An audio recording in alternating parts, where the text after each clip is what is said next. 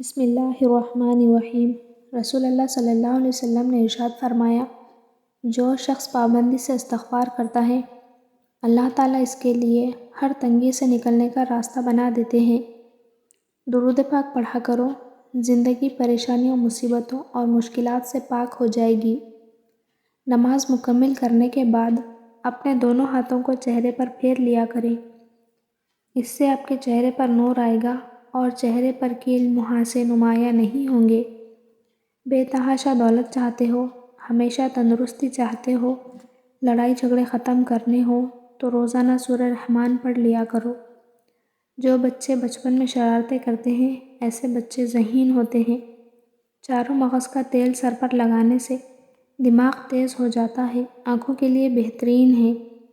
پیاز کھانے سے خون پتلا رہتا ہے۔ پپیتے کے پتوں کا پیسٹ بنا کر 2 ہفتوں تک مسلسل استعمال کرنے سے عرقان جیسی بیماری سے آسانی سے نجات حاصل کر سکتے ہیں۔ مشکل وقت سے نکلنے کا عمل، کڑے سے کڑے مشکل وقت میں باوضو 11 بار درود شریف، 11 بار سورہ اخلاص اور 11 بار کلمہ طیبہ پڑھ کر اللہ سے مدد کی دعا مانگی جائے، انشاءاللہ اللہ تعالیٰ ضرور دعا قبول فرمائیں گے۔ 7 دانے کشمش کے لیں اور سورہ فاتحہ 7 بار کشمش پر دم کر کے کھا لیں۔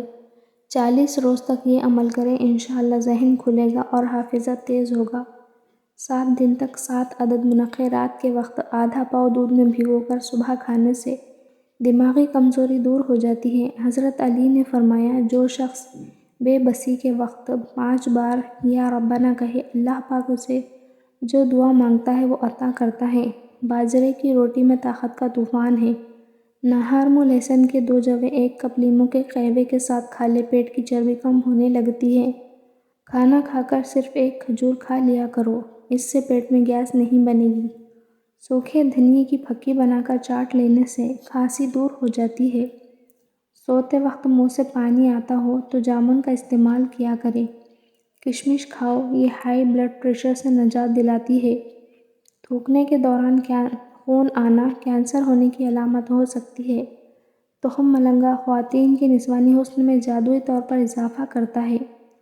دودھ میں کشمش ڈال کر کھانے سے دل کو طاقت ملتی ہے۔ بارش کے پانی میں شفا ہے۔ جب بھی بارش ہو تو بارش کا پانی جمع کر لے اور کچن میں بوتل میں بھر کر رکھ دے۔ جب بھی گھی وغیرہ سے ہاتھ جل جائے تو فوری اس جگہ پر بارش کا پانی لگا لے تو چھالے وغیرہ نہیں بنیں گے، انشاءاللہ جلن بھی ختم ہو جائے گی۔ اس کے علاوہ جب بھی کھانا بنائے چند قطرے بارش کا پانی مکس کر لے، کھانا بیماری نہیں بنتا اور ذائقہ لاجواب ہوتا ہے۔ نظر کی کمزوری ہو یا آنکھوں میں دھندلا پن تو سب سے پہلے روزانہ کوشش کیا کریں کہ لمبا سجدہ کیا کریں۔ ناخن کاٹنے کے بعد یا غسل کرنے کے بعد انگوٹھوں پر سرسوں کا تیل یا زیتون کا تیل لگانے سے 100 سال تک نظر کمزور نہیں ہوگی۔ ناظرین، اللہ کے 99 ناموں میں سے ایک نام کمنٹ میں ضرور ٹائپ کریں۔